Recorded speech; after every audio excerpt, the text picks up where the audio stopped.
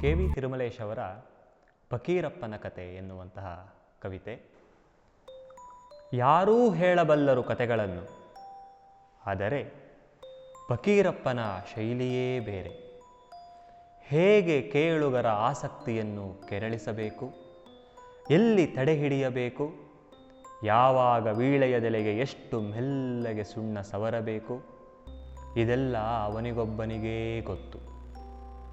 ರಾತ್ರಿ ಸರಿಯುತ್ತಿದ್ದಂತೆ ಕಥೆಯನ್ನು ಸಸ್ಪೆನ್ಸಿನಲ್ಲಿ ಮತ್ತು ನಮ್ಮನ್ನು ಭಯದಲ್ಲಿ ನಿಲ್ಲಿಸಿ ಫಕೀರಪ್ಪ ತಂಬಾಕಿನ ರಸ ಉಗುಳಲು ಅಂಗಳದಾಚೆಗೆ ಹೋಗುವವ. ಅವನು ಮರಳಲು ಕಾದಂತೆ ನಾವು ಇನ್ಯಾರಿಗೂ ಕಾದ ನೆನಪಿಲ್ಲ. ಫಕೀರಪ್ಪ ಈಗಿಲ್ಲ. ಒಂದು ಮುಂಜಾನೆ ಪಾಪ ಕಾರಡ್ಕದ ಕಾಡಿನಲ್ಲಿ ಸತ್ತು ಬಿದ್ದಿದ್ದ. ಕೊಲೆಯೋ ಆತ್ಮಹತ್ಯೆಯೋ, ಕೊಲೆಯೋ ಆತ್ಮಹತ್ಯೆಯೋ, ಕಾರಣ ಇವನಿಗೂ ಅಸ್ತಿತ್ವದ ಸಮಸ್ಯೆಗಳಿದ್ದು. ಹಸಿದ ಯಕ್ಷಿಯೊಬ್ಬಳು ಗಬಾಯಿಸಿದಳು ಇವನನ್ನು.